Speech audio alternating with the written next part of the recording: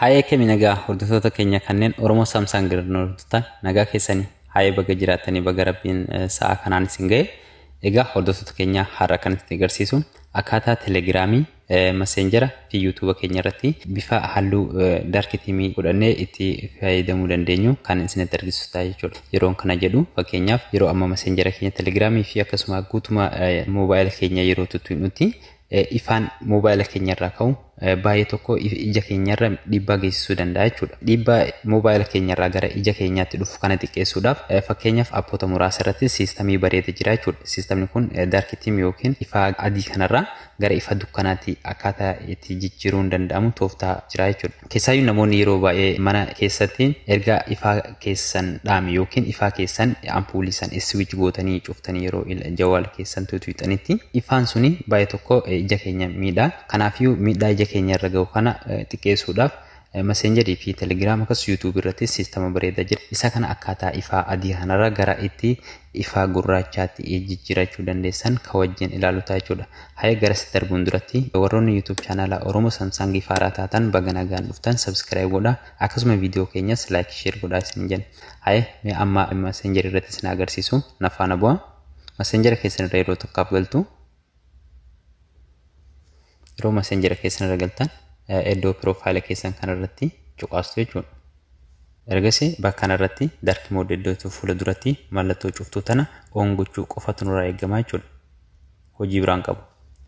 Ergasii yeroo haala kanaan isin bakka mallattoo cuftuu san on gootan ifaan isaa ifa adiirraa gara ifa gurraachaatti jijjiiramee jira jechuudha. Baay'ee namatti tola. Amma haala kanaan ija keenyarra dhiibbaan inni geessisu carraan inni ija keenya miidhuuf qabu baay'ee xiqqaataa jechuudha.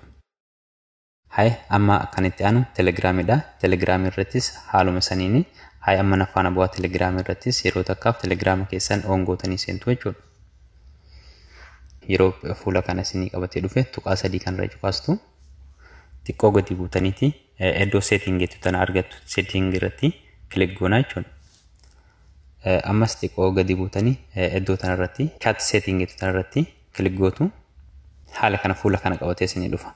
Xiqqoo gadi buutanii iddoo auto night mode jettu tana on gootu haala kanaan. Erga bakka kana on gootanii xiqqoo yeroo ol deebitan sanduuqa afran kana ni argitan jedheeti yaada. Sanduuqota afran kana keessaa isaan lamaan kana filachuu qabdu jechuudha. Dark blue fi dark isaa kana. Fakkeenyaaf amma dark blue kana yeroo filadhu haala kanaan backgroundiin yookiin ifaan Telegiraamii kiyya gurraachatee jira jechuudha.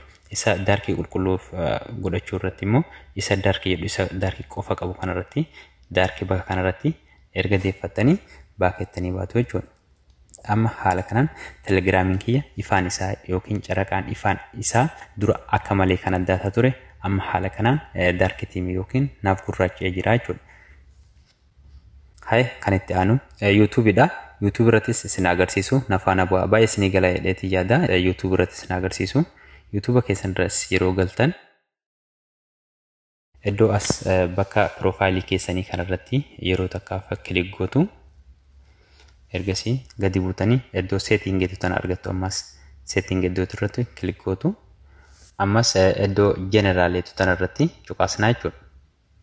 Iddoo general irratti erga click gootanii amma wanti isinirraa eegamu isa lammaffaa irratti argamu kana dark theme iddoo tana mallattoo cuftuu isii fuula dura jirtu tana on gochuu qofaatu nurraa eegama. On haa goonu.